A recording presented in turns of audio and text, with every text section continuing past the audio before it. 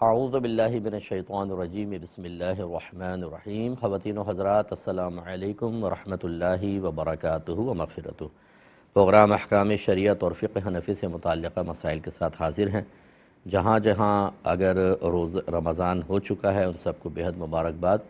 اور جہاں ہونے والا ہے جیسے ہمارے یہاں چاند کا انتظار ہے اور امید ہے کہ کنفرم ایک دو دن میں ہو ہی جائے گا، تو ایڈوانس مبارکباد۔ اور سب بہن بھائیوں سے ہماری گزارش ہے کہ یہ ایک بہت ہی عظیم مہینہ ہمارے درمیان آیا ہے، جس کے بارے میں آپ بارہا سماعت فرماتے ہیں کہ نبی کریم صلی اللہ علیہ وسلم نے فرمایا کہ اگر میری امت جانتی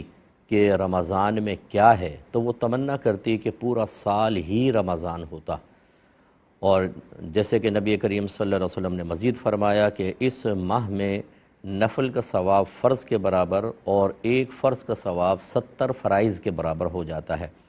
تو ہمیں کوشش کرنی چاہیے کہ اپنا ایک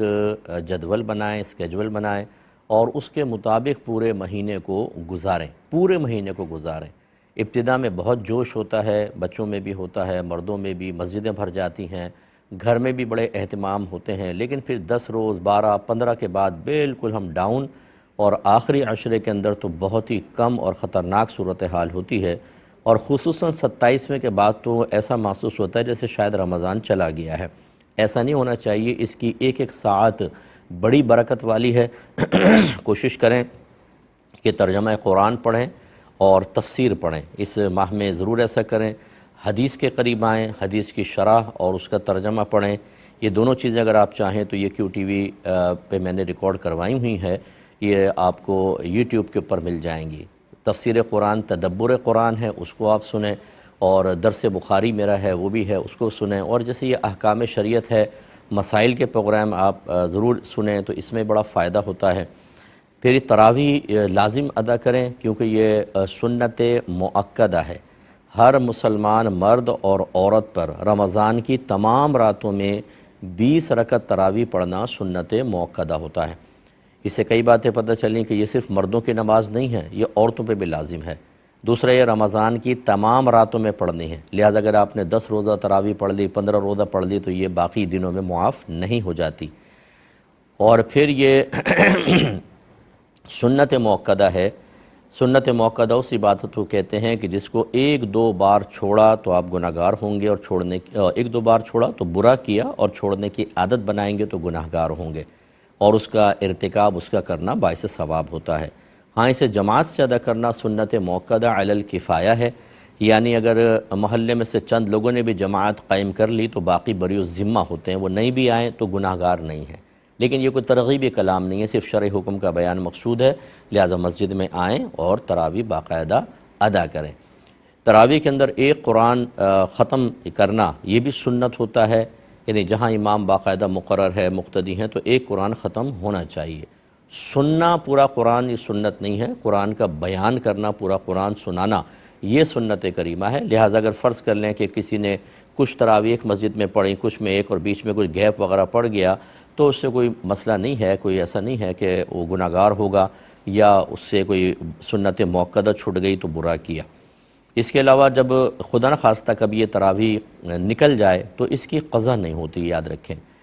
تراویح کا وقت بھی ذہن میں رکھیں کہ یہ عشاء کے فرض کے بعد پڑھی جائے گی، پہلے آپ نے عشاء کے فرض پڑھنے ہیں، اس کے بعد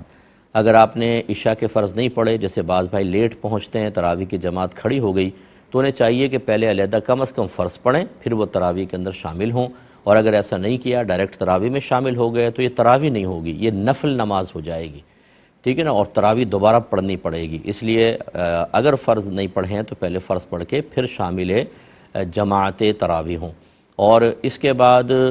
ایک مزید مسئلہ کہ وطر سے یہ پہلے بھی ہو سکتی ہے، وطر کے بعد بھی ہو سکتی ہے۔ رمضان میں وطر جماعت سے ہوتے ہیں، ویسے تو مسئلہ فقہا نے یہ لکھا کہ جس کو عشاء جماعت سے ملی وہی وطر جماعت سے پڑھے، لیکن یہ کوئی فرض یا واجب نہیں بیان کر رہے کہ لازم ہے ایسا ہو۔ اب بہتر یہ ہے، اور اس پر فتوے بھی ہیں، مرتب کیے گئے ہیں، اس پہ بھی فقہا کہ بہتر یہی ہے کہ آپ نے عشاء چاہے جماعت سے نہ پڑھی ہو، لیکن وطر اگر جماعت کھڑی ہے تو آپ اس میں ضرور شامل ہو جائیں۔ باقی اور یہ کہ 20 رکعت تراویح ہوتی ہے، جمہور کے نزدیک یہی مسئلہ ہے، لیکن اگر کوئی کہتا ہے کہ 8 رکعت ہمارے نزدیک تراویح ہے اور ہم اتنا ہی پڑھیں گے، تو آپ جھگڑا نہ کریں، لیکن آپ 20 سے 8 کے اوپر نہ آئیں، آپ کو پوری 20 ہی پڑھنی چاہیے، کہ یہی صحابہ کرام علیہم رضوان کا اور 1500 سال میں جتنے اکابرین گزرے ہیں ان کا طریق یہی رہا ہے کہ انہوں نے 20 رکعت تراویح باقاعدہ جماعت سے ادا کی ہیں۔ ایک مسئلہ روزوں سے متعلق جو بار بار ہم بیان کرتے ہیں، بہت ہی اہم ہے، وہ یہ کہ روزہ شروع کرنے کا دار و مدار، یعنی سحری ختم جب ہوتی ہے تو یہ وقت کے ساتھ اس کا تعلق ہوتا ہے، اذان کے ساتھ نہیں ہوتا۔ بعض لوگ فجر کی اذان شروع ہو جاتی ہے اور کھاتے پیتے رہتے ہیں اور کہتے ہیں کہ جب اذان ختم ہوگی تو ہم کھانا پینا چھوڑ دیں گے، اور بعض کہتے ہیں ابھی اس مسجد کی اذان ہوئی ہے اس کی باقی ہے، ابھی ہم کھاتے رہیں گے۔ حالانکہ یہ بالکل غلط طریقہ ہے۔ بار بار سمجھایا کہ فجر کی اذان فجر کے وقت میں دی جائے گی، اور فجر کا وقت سحری بند ہونے کے بعد شروع ہوتا ہے، تو جس نے اذان کے بیچ میں کھایا پیا اس نے سحری بند ہونے کے بعد کھایا پیا، یا یوں کہہ لیں کہ اس نے روزہ شروع ہونے کے بعد کھایا پیا، اور جو حالت روزہ میں کھائے گا پیے گا اس کا روزہ ٹوٹ جائے گا۔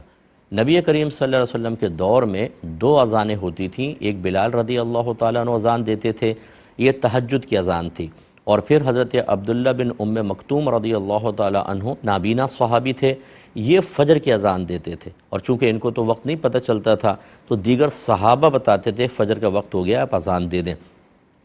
ان کے بارے میں نبی کریم صلی اللہ علیہ وسلم نے فرمایا کہ جب بلال اذان دیں تو تم کھاتے پیتے رہو، ہاں جب عبداللہ بن ام مکتوم اذان دیں تم کھانا پینا چھوڑ دو، کیونکہ وہ فجر کے وقت ہی اذان دیتے ہیں۔ تو اس لیے اچھی طریقے سے یاد رکھیں، یہ بھی خیال غلط ہے کہ جی حضرت بلال اذان دیتے تھے، سرکار نے فرمایا بیچ میں کھاؤ پیو، تو وہ فجر کی تو نہیں دیتے تھے، وہ تو تہجد کی اذان دیا کرتے تھے، لہذا یہ سب چیزیں اپنے ذہن میں رکھیں۔ اس کے علاوہ افطار کے اندر بھی ایک مسئلہ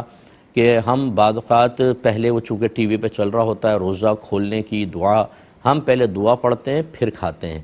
حالانکہ دعا کے الفاظ پر آپ غور کر لیں، سب کے سب پاسٹ کے ہیں۔ میں نے تیری رضا کی خاطر، میں تجھ پر ایمان لایا، تجھ پہ بھروسہ کیا، تیری رضا کی خاطر روزہ کھولا، تیرے دیے ہوئے رزق سے افطار کیا، یہ سب پاسٹ کے ہیں۔ تو پھر یہ جب یہ ہو چکا ہوگا تبھی کہنا صحیح ہوگا۔ تو سنت یہی ہے کہ پہلے آپ روزہ کھولیں اور پھر وہ آپ دعا پڑھیں، یہ سنت ہے۔ ہم کرتے ہیں یہ کہ پہلے دعا پڑھتے ہیں اور پھر روزہ کھولتے ہیں، تو یہ خلاف سنت روزہ کھولنا ہوتا ہے۔ اب ہم کچھ اور پھر کوئسچنز کی طرف آتے ہیں، باقی آپ کے ذہن میں کوئسچن ہو تو آپ کر سکتے ہیں۔ کسی نے کہا کہ امام کا مصلی صرف فرض پڑھنے کے لیے ہوتا ہے، امام کو باقی نماز پیچھے آ کے پڑھنا چاہیے۔ یہ کہ دیکھیں کوئی فرض یا واجب نہیں ہے، ہاں یہ طریق ضرور تھا کہ نبی کریم صلی اللہ علیہ وسلم فرائض ادا فرماتے، اس کے بعد وہ صحابہ کی طرف خصوصاً فجر میں صحابہ کی طرف رخ کرتے اور پوچھتے کہ آج تم نے کوئی خواب دیکھا ہے، کوئی خواب بیان کرتا، اس کی تعبیر بیان کرتے، ورنہ اپنا خواب بیان کرتے، اور پھر آپ اٹھ کے حجرے میں تشریف لے جاتے تھے، اور باقی نمازوں میں فرض پڑھنے کے بعد سرکار حجرے میں جا کے جو بھی عبادت کرنا چاہتے سنن نوافل وغیرہ وہاں جا کر پڑھتے تھے۔ اس سے بعضوں نے شاید یہ نتیجہ نکالا ہوگا کہ امام کا مصلی صرف فرض کے لیے ہے، لیکن یہ اس دور کے اعتبار سے تھا، اس میں مستحب تھا۔ پہلے لکھا ہے فقہا نے کہ اپنے گھر سے سنتیں پڑھ کر آنا مستحب ہے، پھر آپ یہاں آ کر فرض پڑھیں، لیکن اب چونکہ ماحول بدل گیا ہے اب اگر کوئی گھر سے پڑھ کر آ کر اور یہاں ڈائریکٹ فرض ادا کرتا ہے تو لوگ کہیں گے یار یہ سنت نہیں پڑھتا، جب آتا ہے ڈائریکٹ فرض شروع کر دیتا ہے، تو بدگمانی پیدا ہوگی۔ تو بہتر ہے کہ وہاں پر مسجد کے اندر سنن نوافل ادا کیے جائیں، لہٰذا امام صاحب وہاں پہ کھڑے ہو کر بھی پڑھ سکتے ہیں، اور چاہیں تو تھوڑا آگے پیچھے ہو کر دائیں بائیں ہو کر بھی ادا کی جا سکتی ہیں۔ ایک کالر ہمارے ساتھ ہیں، السلام علیکم۔ وعلیکم السلام۔ جی بھائی جان، جی بولیے۔ جی مفتی صاحب، میں نے آپ سے 4 سوال کرنے تھے۔ جی بولیں بولیں۔ جی میں پوچھنا تھا جو پریگننٹ عورت ہوتی ہے اس کے لیے رمضان کے روزے رکھنے کا کیا حکم ہے؟ ٹھیک ہے، اور ایک یہ ہے کہ وضو کے بغیر کوئی آیت سن سکتے ہیں قرآن کی؟ ٹھیک ہے، اور ایک یہ کہ کہیں 5 لاکھ نا انویسٹ کیا ہوا ہم نے ذاتی، تو اس کو اگر ہمارے پاس جب تک کیش ان ہینڈ نہ ہوگا تو زکوٰۃ دینی ہے کہ وہ جب ہمارے پاس ہوگا تب دینی ہے؟ ٹھیک ہے، اور ایک یہ ہے کہ صدقے کا جو ہم بکرا وغیرہ کرتے ہیں اس کا خود یوز کر سکتے ہیں، اس کا گوشت کے وہ غریب غربا کو دینا چاہیے؟ ٹھیک ہے، جی بس یہ شکریہ۔ میں انشاءاللہ عرض کرتا ہوں۔ دیکھیں، حاملہ خاتون روزہ رکھیں گی، ان کے اوپر روزہ رکھنا اسی طرح فرض ہے جیسے غیر حاملہ کے لیے روزہ رکھنا فرض ہوتا ہے۔ ہاں یہ ضرور ہے کہ اگر وہ حاملہ ہماری بہن بہت ہی کمزور ہیں یا بچے کی صحت بہت ہی کمزور ہے، ڈاکٹر وغیرہ وہ ویٹ وغیرہ کرتے ہیں یا کچھ بھی الٹرا ساؤنڈ کے اندر وہ جو رزلٹ نکالتے ہیں، چنانچہ اگر کسی ماہر ڈاکٹر نے یہ کہا ہے کہ آپ روزہ چھوڑ دیں ورنہ آپ کی جان کو یا بچے کی جان کو خطرہ ہوگا، جیسے بعض اوقات آکسیجن کم ہو جاتی ہے تو بچے کی ڈیتھ بھی ہو سکتی ہے، ایسی صورت میں خواہ اپنے آپ سے لڑیں بھی نہیں اور یہ کہ نہیں بھی ہم تو روزہ رکھیں گے، انشاءاللہ اللہ مدد کرے گا، بالکل اللہ تعالیٰ مدد فرمانے والا ہے، لیکن اس نے تدبیر اختیار کرنے کا بھی حکم دیا اور نبی کریم صلی اللہ علیہ وسلم نے باقاعدہ اس کو سنت بنایا، ورنہ سرکار یہ بھی کہہ سکتے تھے جنگوں کے اندر اللہ ہماری مدد کرے گا، ہم حق پر ہیں، اور نہ ہتھیار چلاتے نہ جہاد کرتے فتح ہو سکتی تھی، لیکن میرے آقا صلی اللہ علیہ وسلم نے ہر چیز کی تدبیر باقاعدہ اختیار فرمائی اور نتیجے کے بارے میں اللہ پہ بھروسہ کر کے رکھا۔ یہی طریقہ ہوتا ہے کہ ہمیں کوشش کرنی ہوتی ہے اور کوشش کر کے پھر اللہ پر توکل اور بھروسہ کرنا ہے۔ تو لہٰذا اگر کوئی ہماری بہن ایسی ہیں کہ ڈاکٹر نے سختی سے منع کیا ہے تو وہ بالکل روزہ چھوڑ سکتی ہیں، رمضان کے بعد اس کی قضا رکھیں گی، یا پھر ایسا ہو کہ سابقہ زندگی کا تجربہ کہ پچھلے کسی رمضان میں وہ حاملہ تھیں، روزہ رکھا، بہت طبیعت بگڑ گئی تھی یا بچے کی اور کافی مشکل ہو گئی تھی، تو وہ بھی موجودہ رمضان کے روزہ چھوڑنے کے لیے ایک دلیل بن سکتا ہے، یا موجودہ مشاہدہ ہو، نہ ڈاکٹر نے کہا نہ سابقہ تجربہ ہے، لیکن روزہ رکھا تو بہت حالت خراب ہو گئی اور مطلب یہ کہ بالکل بے ہوش سی ہو گئیں اور زیادہ نقصان کا کوئی اندیشہ ہوا تو پھر وہ روزہ توڑ سکتی ہیں اور یہ پھر اگلے روزے چھوڑنے کے لیے شرعی طور پر عذر بن سکتا ہے۔ لہذا معلوم ہوا اگر ڈاکٹر نے نہیں کہا، کوئی سابقہ تجربہ میں نہیں ہے، بہن نے روزہ رکھا، ماشاءاللہ پورا دن بڑے آرام سے گزر گیا، تو ان کو بالکل روزہ رکھنا فرض رہے گا۔ قرآن پاک کی آیت سننے کے لیے باوضو ہی نہیں، حالت جنابت سے باہر ہونا بھی لازم نہیں ہے، یعنی جنبی شخص قرآن سن سکتا ہے، بے وضو آدمی قرآن سن سکتا ہے، اس میں کوئی مسئلہ نہیں ہے۔ چھونے یا پڑھنے کے اندر پرابلم ہو سکتا ہے کہ باوضو آدمی چھو نہیں سکتا، زبان سے پڑھ سکتا ہے، اور حالت جنابت میں جو شخص ہے وہ نہ چھو سکتا ہے نہ زبان سے پڑھ سکتا ہے، یہ سب ترتیب ذہن میں رکھیں۔ اگر آپ نے کچھ پیسہ انویسٹ کیا ہے تو جس کو آپ نے دیا ہے وہ یقیناً کسی نہ کسی شکل کے اندر ہوگا، اس سے مال خریدا گیا ہوگا یا وہ ایز اٹ از ابھی اس کے اکاؤنٹ میں پڑا ہوگا یا پھر وہ مطلب یہ کہ پارٹی سے پیمنٹ لینی ہوگی، ہر صورت میں جس بھی شکل میں وہ مال ہے اس پر زکوٰۃ بنے گی۔ آپ کا جتنا مال ہے انویسٹمنٹ آپ کی اس مال پہ بنے گی اور پارٹنر نے جو ملایا ہوا ہے وہ اس کی اس پر بنے گی۔ مثلا دونوں نے مل کر دکان میں مال ڈالا ہوا ہے تو کل مال کی مالیت نکالیں گے، پھر دیکھیں گے آپ کا مال کتنے پرسنٹ ہے، اس کا کتنا ہے، یعنی انویسٹمنٹ کتنے پرسنٹ ہے، مثال کے طور پہ 50% ہے تو بس آدھے مال پر آپ کے اوپر زکوٰۃ بنے گی، آدھی ان کی، یعنی ٹوٹل اس مال پہلے مالیت نکال لیں پھر اس کی زکوٰۃ نکال لیں، اس کو آدھا ڈیوائڈ کر لیں، آدھا یہ دیں گے اور آدھا یہ دیں گے۔ اللہ تعالی ہمیں سمجھنے کی توفیق عطا فرمائے۔ مختصر بریک لیں گے، ہمیں یقین ہے آپ ہمارے ساتھ ہی رہیں گے۔ بسم اللہ الرحمن الرحیم۔ بھائی نے یہ آخری کویسچن کیا تھا کہ اگر ہم کوئی بکرا صدقہ کرتے ہیں تو کیا اس میں سے ہم خود کھا سکتے ہیں؟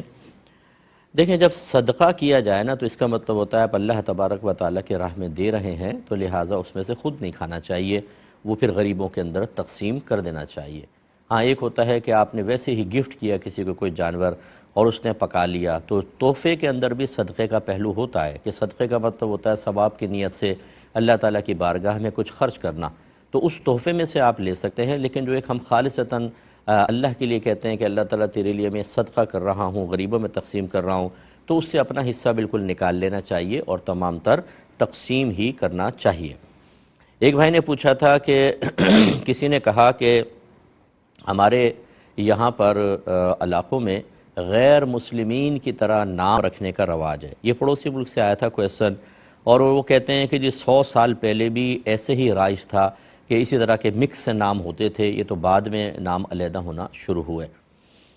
دیکھیں اس طرح کے نام رکھنا کہ مسلمان کا نام سن کر اگر کوئی اور اس میں دینی شناخت نہ ہو تو معاذ اللہ اس کے بارے میں گمان ہو کہ شاید یہ کافر ہے، شریعت اس کو شدت کے ساتھ ناپسند کرتی ہے۔ ایسا کوئی بھی طرز عمل اختیار کرنا جس کو دیکھنے کے بعد مومن کے بارے میں دل میں بدگمانی پیدا ہو، شریعت اس کو سختی سے منع کرتی ہے۔ اسی لیے غیر مسلمین کے مذہبی شعار یا ایسی کوئی قومی علامت جو ان قوم کے ساتھ خاص ہو مسلمان کو اختیار کرنا مکروہ ہوتا ہے، اور سخت مکروہ ہے کہ اس کو مسلمان کو دیکھ کر گمان ہوگا شاید یہ کافر ہے۔ تو اسی طریقے سے پھر نام کا مسئلہ ہے کہ اگر نام اس طرح کے رکھے جائیں کہ اگر ظاہری کوئی شناخت نہیں ہو، جیسے آج کل ہمارے مسلمان بے عمل ہیں اور مطلب لباس بھی بعض اوقات ایسے ہی پہنا ہوتا ہے اور نہ نماز پڑھتے ہیں نہ کچھ، اب کسی جگہ جا کے اگر اپنا تعارف کروائے گا اور لوگ اس کو نہیں جانتے کہ یہ مسلم ہے جب تک پوچھے نہیں، تو وہ یہ گمان کر سکتے ہیں کہ یہ کافر ہے، اور اس طرح ہرگز نہیں کرنا چاہیے۔ اسی لیے میرے آقا صلی اللہ علیہ وسلم کے فرمان عالی شان موجود ہیں۔ سرکار نے فرمایا کہ انبیاء علیہم السلام کے نام پر نام رکھو، ایک روایت میں فرمایا کہ اچھوں کے نام پہ نام رکھو، ایک جگہ فرمایا کہ عبداللہ اور عبد الرحمن بہت اچھے ناموں میں سے ہیں۔ تو اچھے نام رکھنے کا مطلب اسلامی نام ہے، ہمارے ہر طرز عمل سے، ہمارے ہر جو ظاہری علامت جس سے ہم پہچانے جاتے ہیں وہ اسلام کی شناخت اور پہچان کا ذریعہ بھی ہونی چاہیے۔ اس لیے ہمارا ظاہری گیٹ اپ بھی ایسا ہونا چاہیے کہ جو ہمیں دور سے بھی دیکھ لے تو کہے مسلمان آ رہا ہے، ہم اپنا تعارف کروائیں تو مسلمانوں والا ہی ہونا چاہیے، لفظ بھی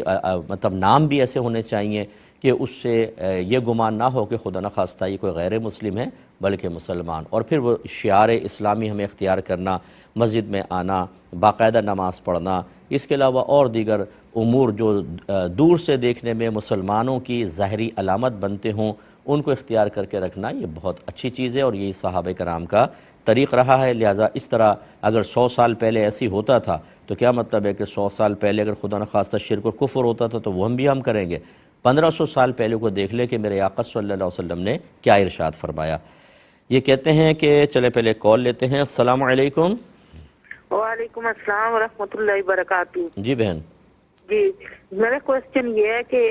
ایک شخص ہے اس کو پے ملتی ہے تو اس میں سے 2500 روپے وہ صدقہ کرتا ہے، تو اس کا کہنا ہے کہ اگر میں یہ پیسے مطلب اکٹھے جمع کر لوں 2-3 مہینے کے بعد کسی درس والے بچے ہوتے ہیں ان کو کھانا کھلا دوں تو ایسا میں کر سکتا ہوں؟ جی اور ایک کوشچن یہ ہے کہ نماز پڑھتے ہوئے قاعدہ اولا اگر بندہ بھول جائے اور تیسری رکعت پڑھ لے تو کیا اس میں کیا شرعی حکم ہوں؟ ٹھیک ہے، اور جی شکریہ۔ میں عرض کرتا ہوں دیکھیں دونوں طریقے بالکل ٹھیک ہیں، اگر وہ شخص منتھلی تھوڑا تھوڑا دیتا ہے تب بھی ٹھیک ہے، اور اگر وہ چاہتا ہے کہ میں اس کو جمع کر کے ایک بڑی خدمت کروں، کسی ادارے میں دیں یا وہاں کے جو غریب بچے ہیں ان کو میں دیگیں پکا کے کھانا کھلا دوں یا اور ان کی مالی امداد کر دوں، تو شریعت اس سے بھی منع نہیں کرتی ہے، دونوں طریقے اختیار کر سکتے ہیں۔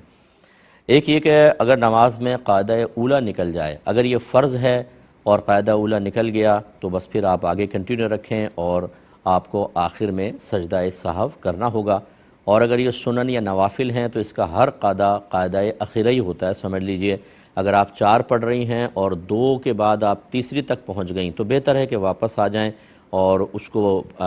تحیات پڑھیں اور آخر میں سجدہ سہو کریں، اور اگر آپ نے کنٹینیو رکھا تو پھر آخر میں آپ سجدہ سہو کر لیں، لیکن یہ 4 کاؤنٹ نہیں ہوں گی، 2 کاؤنٹ ہوں گی، ٹھیک ہے؟ تو یہ ذرا ذہن میں رکھیے مسائل۔ ایک انہوں نے پوچھا کہ میں اپنی بیٹی کا نام سیما رکھنا چاہتا ہوں، تو بعض نے منع کیا ہے کہ انہوں نے کہا کہ یہ غیر مسلمز کے ہاں معروف نام ہے تو کیا حکم شرع ہوگا؟ دیکھیں ہو سکتا ہے کہ جس شخص نے یہ بات کہی اس کے اطراف میں یہ معمول ہو کہ وہاں غیر مسلم ایسا کرتے ہیں، لیکن جب آپ تھوڑا سا اپر لیول پر آئیں گے یا تھوڑا سا اپنی نظر میں وسعت پیدا کریں گے تو آپ دیکھیں گے کہ یہ ایسا نہیں ہے کہ اس نام کو سننے کے بعد انتقال ذہن غیر مسلمین کی طرف ہو۔ بکثرت مسلمانوں کے ہاں یہ نام رائج ہے، ہماری بچیوں کے نام، ہماری بہنوں کے نام یہ ہیں، تو لہٰذا اس میں شرعاً کوئی حرج نہیں ہے، آپ رکھ سکتے ہیں۔ یہ کہتے ہیں کہ کتابوں میں احادیث میں بعض اشخاص کے بارے میں ہے کہ وہ دوزخ میں ہوں گے، بعض کے بارے میں ہے وہ جنت میں ہوں گے، اور بعض کے بارے میں جیسے بتایا جاتا ہے بھی ایک شخص ہوگا محشر میں ایسا ہوگا، تو کیا وہ ہم میں سے بھی کوئی ہو سکتا ہے؟ جی بالکل ہو سکتا ہے کہ اگر خدا نخواستہ اگر کوئی شخص جہنم میں کسی شخص کا ذکر کیا گیا کافر کا، تو ایک مسلمان کو اس کو پڑھتے ہوئے خوف ضرور محسوس کرنا چاہیے کہ اللہ نہ کرے یہ بھی ہو سکتا ہے کہ ہم اگر غفلت اختیار کریں گے، ہم علم دین نہ سیکھیں، ہم قرآن و حدیث سے اپنا رابطہ منقطع کر دیں، غلط قسم کے لوگوں کے درمیان بیٹھیں جو کفریات بکتے ہیں، بعض اوقات شریعت کا مذاق اڑاتے ہیں، یا غیر مسلمین سے بہت ہی زیادہ گہری دوستیاں کر لی گئیں کہ اب اسلام بھی برا لگنے لگا، اسلام کی پابندیاں بری لگنے لگیں، دوسرے کا مذہب اچھا لگنے لگا، یا ان کی مروت میں ان کے شاعر مذہبیہ اختیار کر لیے، مذہبی علامات یا مطلب اور کوئی کفریات اختیار کر لیں، تو یہ پاسبل ہے کہ ایک مسلمان جب مرے تو اس کو پتہ چلے کہ تمہارا ایمان ختم ہو چکا تھا اور تم کافر، تو پھر تو جو جہنم میں جس شخص کا ذکر ہے ہو سکتا ہے وہ یہ بھی ہو۔ اسی طرح اگر جنت کے اندر ذکر کیا گیا تو حسن ظن قائم کرنے میں کوئی حرج نہیں ہے۔ تو خلاصہ کلام یہ ہے کہ جن لوگوں کے ذکر کیے گئے اور ان کے نام کی نشاندہی نہیں ہے، وہ ضروری نہیں ہے کہ سرکار صلی اللہ علیہ وسلم کے زمانے اقدس سے پہلے والے ہوں، یا سرکار کے زمانے کے موجودہ لوگ ہوں، یا بعد والے، کوئی ایک چیز لازم نہیں ہے، یہ ہو سکتا ہے وہ آپ کا میرا ذکر ہو،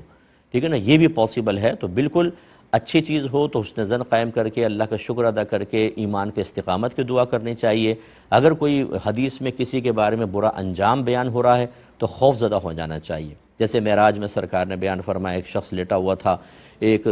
پتھر اس کے سر پہ مارتا تھا، اس کا سر کچل جاتا، پتھر دور جاتا، یہ شخص جا کے پتھر لاتا، اتنے میں اس کا سر پھر ٹھیک ہو جاتا، اور یہ عمل بار بار ہوتا رہا۔ جب میں نے پوچھا کہ ایسا کیوں ہو رہا ہے تو بتایا گیا یہ وہ شخص ہے جس نے قرآن پڑھ کر بھلا دیا تھا اور فرض نمازوں کے وقت سو جایا کرتا تھا۔ تو یہ ہو سکتا ہے کہ یہ جو بھی بے نمازی ہمیں سن رہا ہے یہ اسی کا ذکر ہو، یہ پاسبل ہے۔ یہ تو سرکار کو تو دکھایا گیا، یہ تو نہیں بتایا گیا کہ پچھلے زمانے کا آدمی ہے، بلکہ بعض جگہ تو یہ لفظ بھی ہے کہ آپ کی امت کا وہ شخص ہے، ایسے الفاظ بھی آئے ہیں۔ تو اس لیے ڈرنا چاہیے، اور بالکل یہ پاسبل ہو بھی سکتا ہے کہ جس کے جو پڑھ رہا ہے اسی کا ذکر ہو رہا ہو، لیکن چونکہ ہمیں پتہ نہیں ہوتا، اس لیے بہرحال بری چیز اگر ہے، عمل کا ذکر کیا گیا تو اپنا احتساب کر کے اس سے دور رہنے کی کوشش کریں۔ اچھی بات بیان ہوئی تو اپنے عمل میں زیادتی کر کے، اگر وہ عمل ہمارے پاس نہیں ہے تو اس کو اختیار کر کے اس انعام کا مستحق بننے کی کوشش کرنی چاہیے۔ ایک کالر مزید ہمارے ساتھ ہیں، پہلے کال لیں گے۔ السلام علیکم۔ وعلیکم السلام۔ جی بہن۔ جی مفتی صاحب، میرے دو سوالات ہیں۔ جی۔ ایک سوال میرا یہ ہے کہ کیا عورت جو ہے وہ ستیلے بیٹے کے ساتھ عمرے پہ جا سکتی ہے؟ کیا وہ اس کا محرم ہو سکتا ہے؟ ٹھیک ہے۔ اور دوسرا سوال میرا یہ ہے کہ یوٹیوب پہ جو ہم ولاگ بناتے ہیں، کیا ولاگ بنانا جائز ہے؟ کس چیز کے بارے میں بنانا ہے؟ کوئی بھی، یعنی کہ اپنی رہائش دکھانے کے لیے یا کچھ محلے میں کچھ چیزیں دکھانے کے لیے اگر ہم بناتے ہیں تو کیا وہ بنانا جائز ہے؟ ٹھیک ہے، میں عرض کرتا ہوں۔ دیکھیں، بالکل جو ستیلی ماں ہوتی ہے، یعنی ہمارے والد کی جو منکوحہ ہیں، وہ ہمارے لیے محرم ہوتی ہیں، اور ان سے حرمت ابدیہ ثابت ہوتی ہے کہ اگر والد صاحب کا انتقال ہو جائے تب بھی اس خاتون سے نکاح نہیں ہو سکتا۔ تو چونکہ حرمت کا رشتہ قائم ہو جاتا ہے، اس لیے والدہ اپنے ستیلے بیٹے کے ساتھ حج یا عمرے پر جا سکتی ہیں۔ پھر یہ ولاگ جو ہیں وہ چونکہ مختلف چیزوں کے بنائے جاتے ہیں، اچھے بھی ہوتے ہیں، برے بھی ہوتے ہیں، تو اگر کوئی پازیٹیو ہے اور مطلب یہ کہ یعنی کوئی اچھا ثواب کا کام ہے تو پھر تو بہت ہی اچھی بات ہے، اور نہ ثواب ہے نہ گناہ ہے، جیسے بتایا بچی نے کہ محلے کے بارے میں یا جانوروں کے بارے میں بہت سارے لوگ کر لیتے ہیں، سینریز کے بارے میں، پہاڑوں کے بارے میں، تو یہ مباح کہلاتا ہے، نہ گناہ نہ ثواب۔ ہاں، اگر اس میں کوئی ناجائز امر دکھایا جائے، اس میں کوئی گناہ کی ترغیب ہو، جیسے کہ آج کل لوگ بالکل پرواہ نہیں کر رہے ہیں صرف چند ٹکے حاصل کرنے کے لیے۔ اچھا، بعض غیر مسلمین کر رہے ہوتے ہیں، اب ان کے ہاں تو یہ پابندیاں نہیں ہیں، لیکن مسلمان جب ان کے بارے میں سنتے ہیں کہ اس نے یہ مطلب ٹک ٹاک کے ذریعے اتنا پیسہ کما لیا، اس نے اس کے ولاگ بنا کے ایک لینڈ کروزر خرید لی، تو پھر ہمارے مسلمان سوچے سمجھے بغیر کہ یہ چند ٹکے اگر آپ کو حاصل ہو بھی گئے کتنے عرصے آپ کو نفع دیں گے۔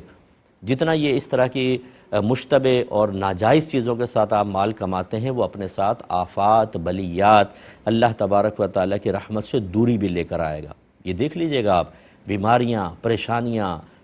ڈپریشن اور دوسری اور آخرت کی بربادی۔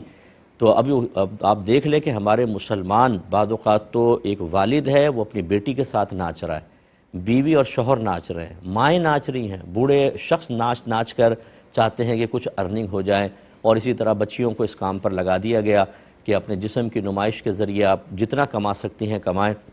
تو یہ خرابیاں معاشرے کے اندر رائج ہو گئی، اور دنیا کی محبت اتنی غالب ہوئی کہ اب نہ ہم اللہ کی پرواہ کریں، نہ رسول کی، نہ ہمیں بری موت یاد ہو، نہ عذابات قبر، نہ میدان محشر کی ذلت و رسوائی، نہ جہنم کا عذاب۔ اور یہ اس کی ایک آفت، آخری بس میں بات کرتا ہوں، اتنی بڑی آفت ہے کہ جب کوئی اس راہ پہ چل پڑتا ہے اور اس کو دنیا کی آسائشیں حاصل ہوتی ہیں، عارضی شہرت حاصل ہو جاتی ہے، اس کے لائف سٹائل چینج ہو جاتا ہے، پھر اس کو یہ تمام باتیں اتنی بری لگتی ہیں کہ معاذاللہ ثم معاذاللہ بعض لوگ شریعت کو گالیاں دینا شروع کر دیتے ہیں، دینداروں کو گالیاں دیتے ہیں، کیونکہ محبت ایسی جکڑ دیتی ہے، ایسا ان کے لیے دنیا کی چیزیں شیطان مزین کر کے دکھا لیتا ہے۔ وہ کہتے ہیں آخرت پھر دیکھ لیں گے، برباد ہوتی ہو، دنیا آباد رہے، اور پھر جھٹکا کھا کے جب وہ مرتے ہیں تو کوئی ان کی قبر پہ آنے والا نہیں ہوتا، ان کے لیے ہاتھ اٹھا کر دعا کرنے والا نہیں ہوتا۔ جتنی بھی آپ کی فالوونگ ہو، جتنی بھی آپ کی ویورشپ ہو، آپ مر کر دیکھیں ایک آدمی بھی ہاتھ اٹھا کر دعا نہیں کرے گا، بلکہ 4 گالیاں بکیں گے کہ اے مر گیا اچھا ہوا۔ ایسے ہی ہو رہا ہے، تو اس لیے خدا را آخرت کو پیش نظر رکھیں۔ پازیٹیو چیز بنا کر اگر آپ ارننگ پازیٹیو قسم کی کرتے ہیں تو اس کی گنجائش نکل سکتی ہے، لیکن خراب چیز کبھی بھی نہ کریں، اس طرح آپ کے لیے گناہ جاریہ بھی ہو سکتا ہے۔ ایک مختصر سا بریک لیں گے، ہمیں یقین ہے آپ ہمارے ساتھ ہی رہیں۔ بسم اللہ الرحمن الرحیم۔ یہ ایک بھائی نے میسج کیا تھا کہ کسی نے یوں کہا کہ وہ تراویح نہیں پڑھتے، تو ان سے پوچھا کیوں نہیں پڑھتے؟ کہنے لگے ہم اس لیے تراویح نہیں پڑھتے کہ اللہ نے قرآن میں کہیں نہیں فرمایا، نہ حضور صلی اللہ علیہ وسلم نے تراویح پڑھی ہے، اور پھر انہوں نے ایک اور ناپاک جملہ کہا کہ زیادہ عبادت کرنے کے چکر میں کہیں شیطان نہ بن جانا، جیسے شیطان نے زیادہ عبادت کی تو لعنت کرنے والوں میں سے ہو گیا، معاذ اللہ۔ کیا حکم شرع ہوگا؟ دیکھیں اس طرح کے بہت سارے کردار ہمارے معاشرے میں ہیں جن کو نہ گھر سے دینی تربیت ملتی ہے، نہ وہ مساجد میں جا کر کوئی اکتساب فیض۔ ویسے ہماری مسجدوں کے اندر بھی تعلیمی نظام تو انتہائی ناقص ہے، جو ہمارے بچوں کو چاہیے ہوتا ہے وہ عمومی طور پہ مسجدوں سے بھی حاصل نہیں ہو پا رہا ہے۔ ہر جگہ کی بات نہیں کر رہا ہوں، لیکن اکثر جگہ ایسے ہی ہے۔ پھر اسکول، کالج، یونیورسٹی کے مسئلے، اور پھر دیگر، پھر سوشل میڈیا پر آج کل جو تباہی ہے، تو اس قسم کی سوچ بن جانا کوئی تعجب خیز بات نہیں ہے۔ مسئلہ یہ ہے کہ ہر چیز قرآن سے ثابت ہو یہ ضروری نہیں ہے۔ میں بارہا آپ کو بتا چکا ہوں، نبی کریم صلی اللہ علیہ وسلم نے حضرت معاذ رضی اللہ تعالی عنہ سے ارشاد فرمایا کہ اے معاذ، جب ان کو یمن کا حاکم بنا کے بھیجنا چاہا تو پوچھا کس چیز سے فیصلہ کرو گے؟ عرض کی قرآن سے۔ فرمایا اگر اس میں نہ پاؤ تو؟ عرض کی پھر حدیث سے کروں گا۔ فرمایا اگر اس میں نہ پاؤ تو؟ فرمایا کہ پھر میں اپنے رائے سے اجتہاد کروں گا۔ یہ اگرچہ جو سوال ہے تو عبادت کے بارے میں ہے اور وہ شرعی احکام کے بارے میں تھا، لیکن جو میں نے دلیل کے طور پہ اس کو پیش کر رہا ہوں، اس کی وجہ یہ ہے کہ یہ تو واضح ہوا کہ سرکار نے فرمایا فَإِن لَمْ تَجِدْ، اگر تم قرآن میں وہ چیز نہ پاؤ تو۔ اس کا مطلب ہے کہ ہر چیز قرآن کے اندر موجود نہیں، ہر عبادت کا ذکر قرآن میں نہیں ہوتا۔ عید کی نماز کا کہاں ہے قرآن کے اندر ذکر؟ یہ تو حدیثوں میں ہے، تو لہٰذا پھر حدیث کی طرف آتے ہیں، اور حدیث میں آپ دیکھیں گے تو بالکل نبی کریم صلی اللہ علیہ وسلم نے تراویح پڑھی ہیں، لیکن باقاعدہ رمضان کی تمام راتوں میں نہیں پڑھیں، اور اس کی وجہ خود بیان فرمائی کہ اگر میں لگاتار ہی تمہیں نماز پڑھاتا تو تم پر واجب ہو جاتی۔ اس وجہ سے مطلب یہ معاملہ ہوا، ورنہ صحابہ کرام علیہم رضوان کو دیکھیں کہ انہوں نے باقاعدہ تراویح پڑھی، اور حضرت عمر فاروق رضی اللہ تعالیٰ عنہ کے دور میں باقاعدہ امام مقرر کر کے تراویح کی جماعت کا اہتمام کروایا گیا، جس کو دیکھ کر حضرت عمر فاروق رضی اللہ تعالیٰ عنہ نے فرمایا کہ نعمت البدعۃ ھذہ، یہ کیا ہی اچھا نیا طریقہ ہے۔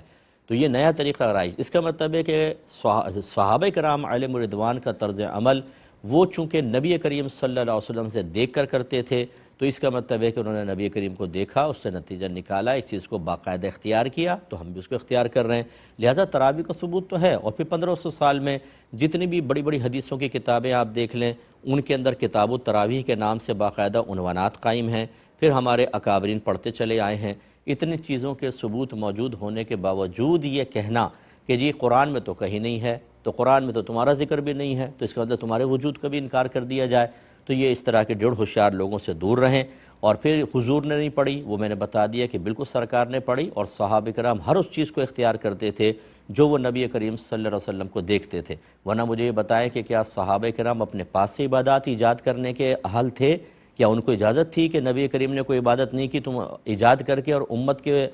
اندر رائج کر دو؟ ایسا تو نہیں ہے، وہ پہلے نبی کریم کو دیکھتے تھے پھر اختیار کرتے تھے، لہٰذا یہ خیال بھی غلط ہے۔ پھر جو آخری ایک ناپاک جملہ ہے کہ زیادہ عبادت کے چکر میں نہ رہو ورنہ کہیں شیطان نہ بن جانا، کیونکہ شیطان زیادہ عبادت کی وجہ سے لعنت کا مستحق ہوا، بالکل نہیں، غلط خیال ہے۔ شیطان تو زیادہ عبادت اور علم کی وجہ سے بہت بڑا مقام و مرتبہ حاصل کر چکا تھا، اسے کیوں زمین سے آسمان کے اوپر لے کر گئے؟ ورنہ جنات کا تو قتل عام کا حکم دیا تھا، ان کی سرکشی بڑھ گئی تھی، لیکن چونکہ یہ موحد تھا، یہ عبادت گزار تھا، اس وجہ سے اللہ تعالیٰ نے اس کو مقام و مرتبہ دیا۔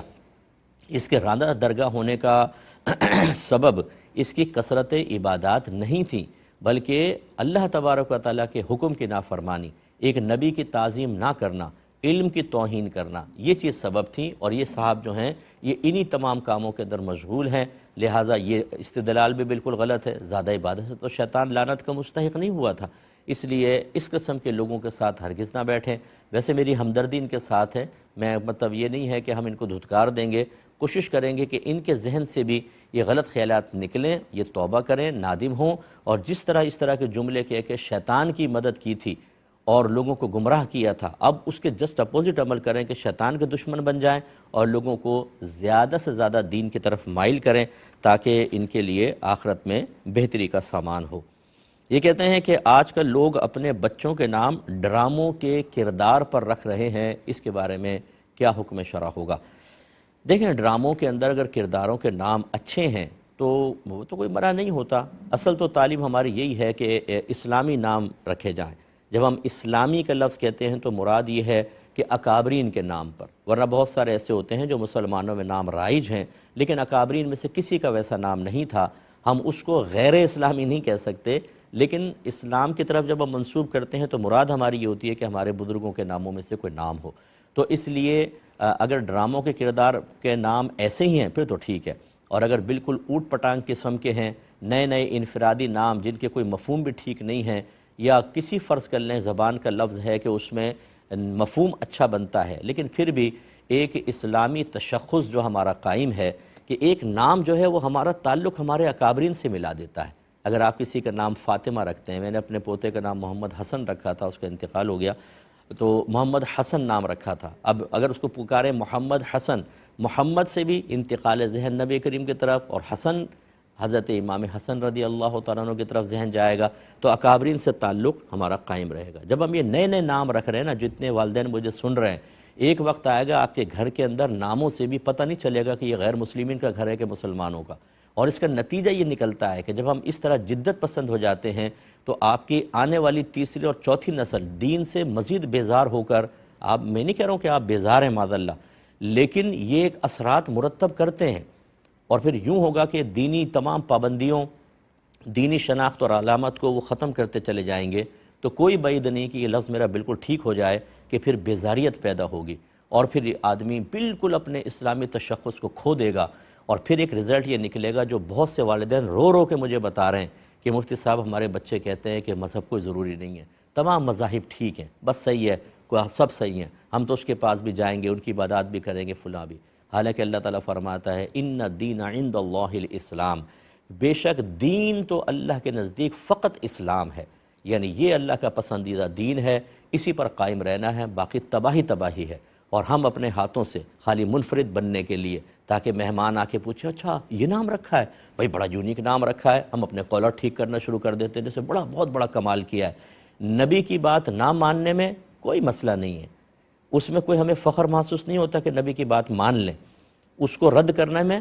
کوئی مسئلہ نہیں ہے، بس ہماری تعریف ہونی چاہیے، اور ہمارا بچہ ان ناموں کی برکات سے محروم ہو، کوئی مسئلہ نہیں ہے۔ اس کا نتیجہ آپ دیکھیے گا، میری بات آپ مطلب برا محسوس نہیں کیجیے گا، لیکن اور نہ میں کیا چاہتا ہوں کہ خدا نہ خواستہ کوئی منفی اثرات مرتب ضرور ہوں، یہ بھی میری تمنا نہیں ہے، لیکن میں اس معاشرے کا انسان ہوں، اور میں یہ دیکھ رہا ہوں کہ یہ جو نام ہم بدل دیتے ہیں، تشخص ختم کر دیتے ہیں، اس کے کیا منفی اثرات شخصیات پر، نفسیات پر، اور اس کے علاوہ ہمارے طرز عمل پر قائم ہو رہے ہیں۔ کیا اس سے ہمارے بچے، ہم تھوڑا سا بیزار نہیں ہوتے لیکن ہٹتے ہیں، وہ بیزار ہو کر ہٹیں گے، اور چوتھی نسل ان کی کیا بنے گی یہ آپ خود سوچ لیں۔ ایسا نہ ہو کہ میدان معاشر میں آپ کی آنے والی نسلیں آپ کی نگاہوں کے سامنے قابل گرفت ہو رہی ہوں، تو پھر یہ جدت پسندی ہمارے لیے کوئی نافع نہیں ہوگی، اور وہاں پچھتانے کا بھی کوئی فائدہ نہیں ہوگا۔ پھر یہ کہتے ہیں کہ کیا کسی غیر مسلم پنڈت سے مسلمان بچے کو قرآن پڑھایا جا سکتا ہے؟ پھر وضاحت کرتے ہوئے کہتے ہیں کہ ایک اسکول ٹیچر ہیں ہمارے یہاں، تو وہ مطلب بچوں کو قرآن پڑھاتے ہیں، ان کے قرآن بہت اچھا ہے۔ دیکھیں، ہمارا مشورہ یہ ہے کہ دو چیزیں ہوتی ہیں، ایک تو یہ کہ جیسے اسلامیات کا ٹیچر رکھ دیا، کوئی مذہبی ٹیچر ہے اور وہ غیر مسلم رکھ دیا گیا، یہ بھی ہو رہا ہے بعض جگہ پر، غیر یہ ہمارے ملک کا مسئلہ نہیں ہے، پڑوسی ملک کا ہے، اور وہاں پر سلیبس کے اندر ایک ایسی چیز رکھ دی گئی ہے کہ وہ ٹیچر پڑھا رہا ہے اب وہ بچوں کو پڑھنا ایک مجبوری ہے کہ وہ اسی سے پڑھنا پڑے گا، یہ تو ایک الگ صورت ہو گئی۔ اس میں بھی بچوں کو مطلب اپنے گھر میں یہ تمام تفریقات وغیرہ سمجھائی جائیں، اور اسلام کی تعلیمات، اسلام کی پابندیاں اور اس کی قیودات، ہمارے عقائد حقہ، یہ بچے کو آہستہ آہستہ بتائے جائیں تاکہ کسی کے منفی اثرات مرتب نہ ہو سکیں۔ اور دوسری صورتحال یہ ہے کہ ایسا کچھ بھی نہیں ہے، اس نے آفر کی ہے کہ اگر چاہو تو پڑھو، تو پھر بالکل نہ کریں، کیونکہ جب انسان کسی کو اپنا استاد مانتا ہے، چاہے کوئی پازیٹیو چیز ہی سیکھ رہا ہو، تو پھر نفسیاتی طور پہ انسان اس سے اٹیچ ہو جاتا ہے اور اس کی باتوں کو قبول کرتا ہے، اور اس کی باتوں کو، بلکہ آپ نے دیکھا ہوگا بہت سے والدین میری بات کی تائید کریں گے کہ ہم گھر میں بچوں کو کوئی بات سمجھاتے ہیں اور ایک اسکول ٹیچر کوئی بات کہتی ہیں تو بچے اسکول ٹیچر کی بات کو ماں باپ کی بات پر بھی فوقیت دیتے ہیں، نہیں میرے ٹیچر نے ایسا کہا ہے، اتنے اثرات مرتب ہوتے ہیں۔ اور پھر خدا نخواستہ معاملہ جب ایمان اور کفر کا ہو اور انسان کسی ایسے سے عقیدت قائم کر لے کہ وہ اگر برین واشنگ کر دے گا تو بچہ اسلام سے ہی باہر نکل جائے، تو یہ بہت ہی خطرناک صورتحال ہوگی۔ تو میرا مشورہ یہ ہوگا کہ صرف مسلمان ٹیچر سے پڑھائیں، کیونکہ یہ قرآن کا معاملہ ہے، یہ عقیدت کا معاملہ ہے، اس لیے اس میں ذرا احتیاط ضروری ہے۔ ایک وکیل صاحب نے مسئلہ پوچھا تھا، کہتے ہیں کہ ہمارے پاس طلاق کے کیسز آتے ہیں، تو اگر ہم طلاق کروا دیں تو کیا اس کا وبال ہمارے اوپر ہوگا؟ دیکھیں، ایک ہوتا ہے کہ میاں بیوی دونوں طلاق چاہتے ہیں، میوچل انڈرسٹینڈنگ ہے، وہ کہتے ہیں کہ بھئی ہم نہیں ساتھ رہ سکتے، لیکن کیا قانونی کارروائی کرنی، آپ کے پاس آ گئے، وہ تو پہلے ان کا ذہن تیار ہے، آپ نے قانونی کارروائی کر کے ٹھیک ہے کوئی صحیح وجہ ہے یا نہیں بھی ہے تو آپ اس کے ذمہ دار نہیں ہیں کہ ان کو صحیح وجہ کی طرف لے کر آئیں، ٹھیک ہے ان کی مرضی، انہیں رہنا چاہتے ساتھ میں، سیپریشن چاہتے ہیں، آپ نے کاغذی کارروائی کروا دی، اس میں کوئی مسئلہ نہیں ہے۔ ایک یہ ہوتا ہے کہ آپ سے مشورہ طلب کیا جاتا ہے کہ بھئی یہ لڑکی ہم طلاق لینا چاہتے ہیں، لیں کہ نہیں لیں، آپ اس میں مشورہ دے دیں، اس میں پھر آپ یہ دیکھ لیں کہ اگر کوئی ایسی چھوٹی موٹی باتیں ہیں اور وہ دونوں کمپرومائز کر لیں اپنے بچوں کے لیے، اپنی آئندہ زندگی کو بہتر بنانے کے لیے، تو آپ اچھا ہی مشورہ دیں۔ پھر یہ کہ نہیں کہ یار میرا تھوڑا سا پیسے بن جائیں گے، فرض کر لیں تو میں ان کو بدزن کرتا چلا جاؤں حتیٰ کہ گھر پھڑوا دوں، ایسا نہ کریں، کیونکہ نبی کریم صلی اللہ علیہ وسلم نے ارشاد فرمایا جو میاں بیوی میں طلاق کروائے، جدائی کروائے، وہ ہم میں سے نہیں۔ انتہائی ناراض ہوئے ہیں سرکار اس کے اوپر، اور آپ جانتے ہیں کہ حلال چیزوں میں سب سے زیادہ اللہ کی بارگاہ میں ناپسندیدہ فعل طلاق ہے،